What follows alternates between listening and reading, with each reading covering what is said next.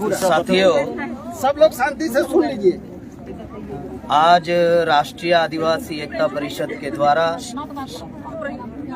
सीतापुर जिला छत्तीसगढ़ राज्य में ये प्रबोधन महासम्मेलन का कार्यक्रम ऑर्गेनाइज किया गया।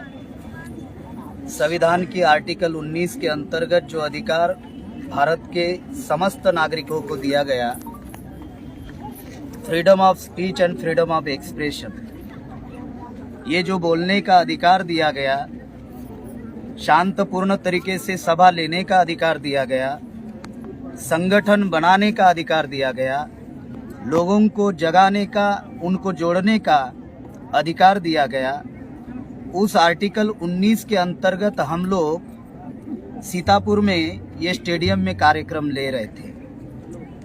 उसकी रीतसर जो प्रक्रिया है परमिशन की, वो प्रक्रिया भी हम लोगों ने की, लेकिन समय तक पुलिस प्रशासन के द्वारा, एसडीएम कार्यालय के द्वारा हम लोगों को कार्यक्रम लेना है या नहीं लेना है, इसकी किसी प्रकार से लिखित जानकारी नहीं दी। ऐसा ही एक कार्यक्रम 4 सितंबर को जशपुर में हम लोगों ने लिया था, राष्ट्रीय आदिवासी एकता परिषद का राज्य अधिवेशन, और उस कार्यक्रम में जो बातें कही गई मेरे द्वारा, उसको तोड़ मोड़ कर मनुवादी ब्राह्मणवादी लोगों ने और खास करके आरएसएस के लोगों ने, और जो आरएसएस संचालित जो जनजाति सुरक्षा मंच है, उनके द्वारा एक झूठी एफआईआर 4 तारीख को 4 सितंबर को जशपुर में की गई। वो झूठी एफआईआर क्या थी? तो वो झूठी एफआईआर में कहा गया कि प्रेम कुमार गेड़ाम जी ने हिंदू के देवी देवताओं पर टिप्पणी की। दूसरा कहा गया कि हिंदुओं के देवी देवताओं को गाली दी गई। साथियों, मैं 2 मिनट में उसका थोड़ा सारांश समझाना चाहता हूं, ताकि यहाँ पर जो लोग आए उन लोगों को ये बातें समझ में आई कि एक्चुअल क्या मामला है। साथियों, आदिवासी हिंदू नहीं है, ये मैं नहीं कह रहा हूं। ये हाई कोर्ट और सुप्रीम कोर्ट के 16 जजमेंट है कि आदिवासी हिंदू नहीं है। जब सुप्रीम कोर्ट और हाई कोर्ट के ये 16 जजमेंट है, तो मेरा सवाल ये खड़ा होता है, क्या आरएसएस सुप्रीम कोर्ट से बड़ी है? क्या मोहन भागवत सुप्रीम कोर्ट से बड़ा है? नहीं है।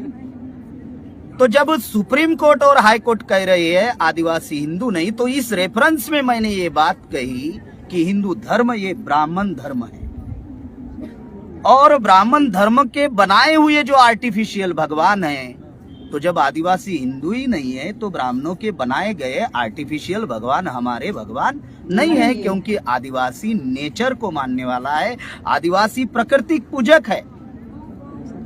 दूसरी बात मैंने उस कार्यक्रम में ये कही कि अगर भगवान को मानना ही है, तो हम हमारे भगवान को मानेंगे, क्रांतिवीर बिरसा मुंडा को, राघोजी भांगरे भागोजी नाइक को, राजा शंकर शाह को, रघुवर शाह को, रानी दुर्गावती मरावी को, तंट्या भील को, इनको हम हमारे महापुरुष मानते, इनको हम अपने भगवान मानेंगे। ये बातें मैंने उस कार्यक्रम में कही।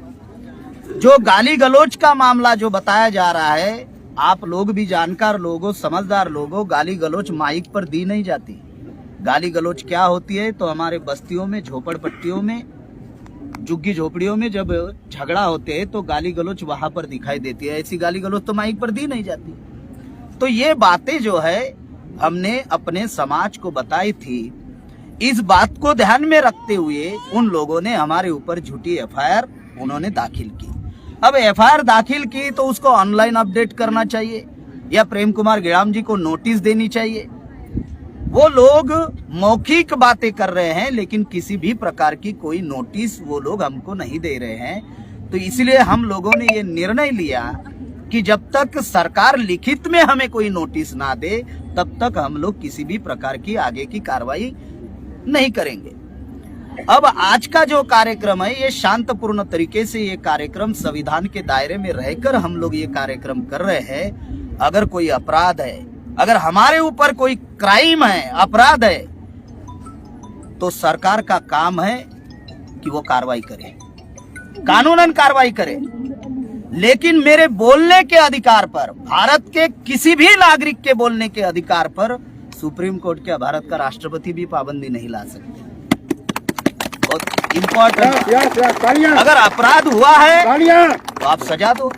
अपराध हुआ है, कोई क्राइम हुआ है और हमने कोई अपराध किया है, ऐसा प्रशासन को लग रहा है तो हमारे ऊपर कानूनन कार्रवाई करे।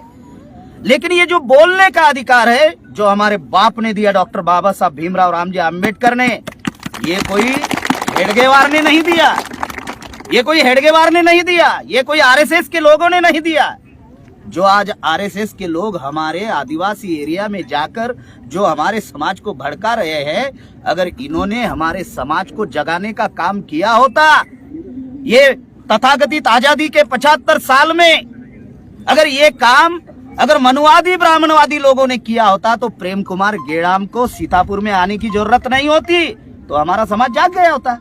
इन्होंने जगाने का काम नहीं किया, बल्कि समाज को भ्रमित करने का काम किया, समाज को कर्मकांड में फंसाने का काम किया, समाज को पाखंड में रखने का काम किया और हमारे समाज को सबसे ज्यादा शिक्षा से वंचित रखने का काम किया। शिक्षा से वंचित होने की वजह से हमारे समाज का ज्ञान का विकास नहीं हुआ, विज्ञान का विकास हमारे समाज में नहीं हुआ, किसी भी प्रकार का कोई डेवलपमेंट हमारे समाज में नहीं हुआ। दुनिया में बहुत सारे देश गुलाम थे, आजाद हुए, प्रगति पर है। और जब हम भारत को देखते हैं, आज 75 साल हो गए, अभी भी हमारे समाज की किसी भी प्रकार की कोई प्रगति नहीं हुई है। तो इसलिए हम लोग संविधान की आर्टिकल 19 के अंतर्गत हम लोग संगठन बनाकर समाज को जगाना चाहते हैं, अपने समाज को मुख्य धारा में लाना चाहते हैं। और इसको करने के लिए अगर कोई भी ताकत हमको रोकने का प्रयास करेगी तो हम लोग रुकने वाले नहीं हैं। आज का ये जो कार्यक्रम है, एसडीएम साहब के रिक्वेस्ट के अनुसार, उनके विनती के अनुसार ये कार्यक्रम हम लोग अभी यहीं पे समापन कर रहे हैं। लेकिन ये लड़ाई यहाँ पर रुकने वाली नहीं है। जिन लोगों की वजह से ये कार्यक्रम होने नहीं दिया, हम लोग पहले चरण में सीतापुर जिला में 25,000 लोग जेल भरो आंदोलन करेंगे। दूसरा छत्तीसगढ़ राज्य का राज्य स्तरीय जेल भरो आंदोलन होगा। जिंदाबाद जिंदाबाद और साथियों, जरूरत पड़े तो हम लोग राष्ट्रीय स्तर पर ये राष्ट्रव्यापी जेल भरो आंदोलन करेंगे। यहाँ पर जो भी घटनाएं घटित हुई है वो सारी घटनाएं बामसेफ भारत मुक्ति मोर्चा के राष्ट्रीय अध्यक्ष मान्यवर वामन मेश्राम साहब के पास पहुंच चुकी है और बहुत जल्द ही इस घटना को लेकर हम लोग साथियों कोर्ट में जाएंगे। चाहे वो हाई कोर्ट जाना क्यों ना पड़े, सुप्रीम कोर्ट जाना क्यों ना पड़े, हम लोग कोर्ट में जाएंगे। और जिन लोगों ने यहाँ पर लॉ एंड ऑर्डर खतरे में लाने की कोशिश की और दंगा फसाद करने की कोशिश की और शांतपूर्ण तरीके से सभा को उधेड़ने की कोशिश की, उनके विरोध में हम एसडीएम साहब से विनती करते हैं। क्योंकि उनकी विनती को हमने स्वीकारा, कार्यक्रम को हमने समाप्त कर दिया, तो हमारी ये विनती है, हमारी ये रिक्वेस्ट है उनसे कि जिन लोगों ने अराजकता और असामाजिक तत्व वाले लोग यहाँ पर जो दंगा फसाद और कार्यक्रम को उधेड़ने की कोशिश करने की कोशिश की, उनके ऊपर तुरंत आज के आज एफआईआर किया जाए, नहीं तो हम देश भर में एक बहुत बड़ा आंदोलन हम लोग करने की कोशिश करेंगे।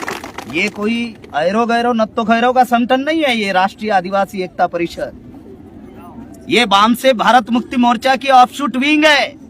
31 राज्य, 567 जिला, करीबन 4000 तहसील, 22,000 ब्लॉक और 1.5 लाख गांव का संगठन है।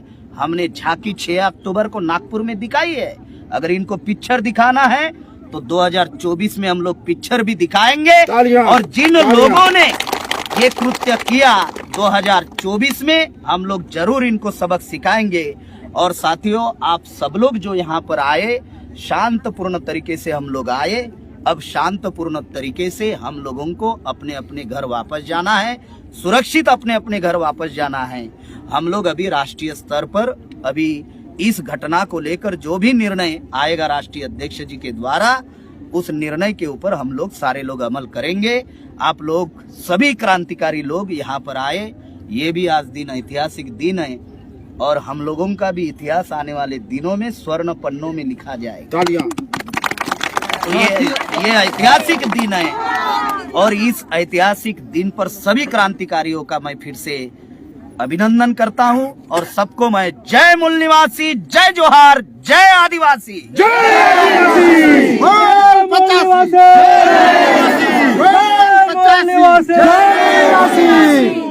साथियों,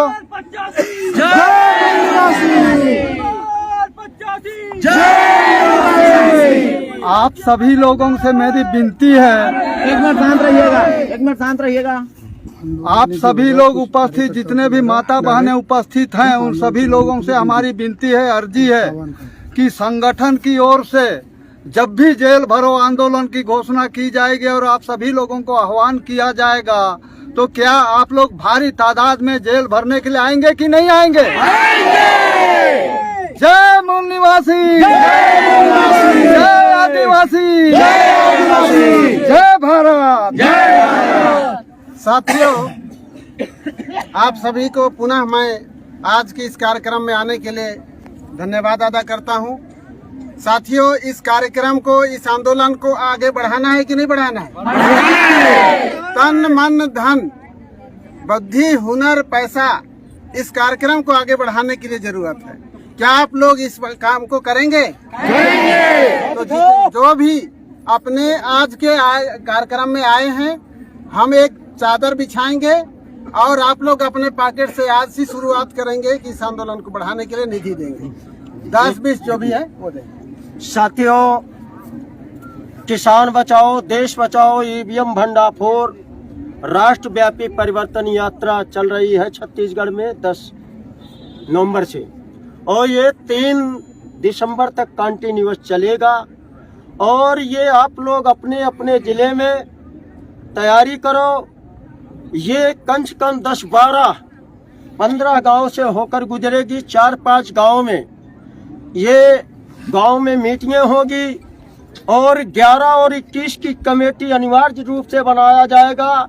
इसमें SC, ST, OBC, minority, NT, DNT, BJT सारे किसानों को शामिल करके एक बहुत बड़ा 28 फरवरी 2023 को जो होना है वही होगा। ना हम रोड जाम करेंगे, ना हम ट्रेन रोकेंगे, लेकिन हम किसान अन्न पैदा करते हैं, सारा चीज पैदा करते हैं, उत्पादन के जनक है। जो 543 लोकसभा के मेंबर ईवीएम से चुने गए हैं, वो ईवीएम मशीन हटाने का कानून, लाने का तो लाए कानून, और हटाने का नहीं बना रहे हैं। अगर ये नहीं हटाते हैं 31 दिसंबर 2023 तक, तो उसका तो घोषणा साहू जी यहाँ हो गया है। कहा?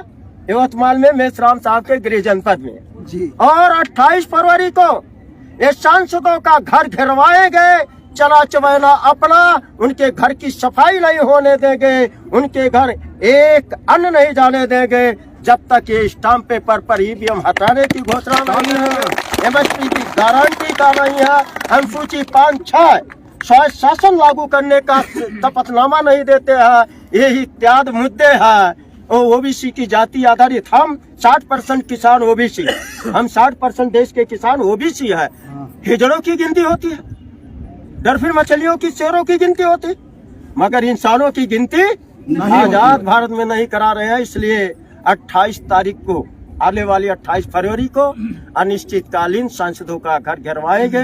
ना रहेगा बास, ना बजेगी बांसुरी। ये इसके लिए हर गांव में किसान मोर्चा मुझे मुट्ठी भर अनाज एवं समय दो, हम तुम्हें 90% भूमि एवं संपूर्ण आजादी देंगे। इन जालिमों से जमीन छिनवा लेंगे। ये हमारा है और मूल निवासी हर परिवार से एक एक मुट्ठी, एक कार्यक्रम में आपको चावल गेहूं जो भी पैदा करते हो देना चाहिए, नहीं देना चाहिए? ये महिलाएं तैयार है अपने घर से एक एक मुट्ठी चावल पर डे निकालने के लिए तैयार। बिरला, अडानी, अंबानी, UPA, NDA, कांग्रेस, भाजपा, इनके जो UPA, NDA के दलाल भड़ुए हैं, उनको एक मुट्ठी अनाज के ढेर में दाब देंगे। कभी भी आपको गुलाम नहीं बनाएंगे। वोट 85, 1 रुपए में आजादी, महंगाई हो गया, चादर बिछा। साथियों, ये प्रेम गंगाराम जी साक्षी है। अहमदाबाद में अहमदाबाद में 17 अगस्त को 2019 में चादर बिछाया गया था मेरे द्वारा। ये 28,000 रुपये चादर पर आया था। यूनिटी ने 10,000 दिया था। दूसरे कार्यक्रम में उसी दिन रात में चादर बिछाया 44,000 रुपया था। 72,000 आया। तो ये हमारे लोग का बोल नहीं है। बोल 85।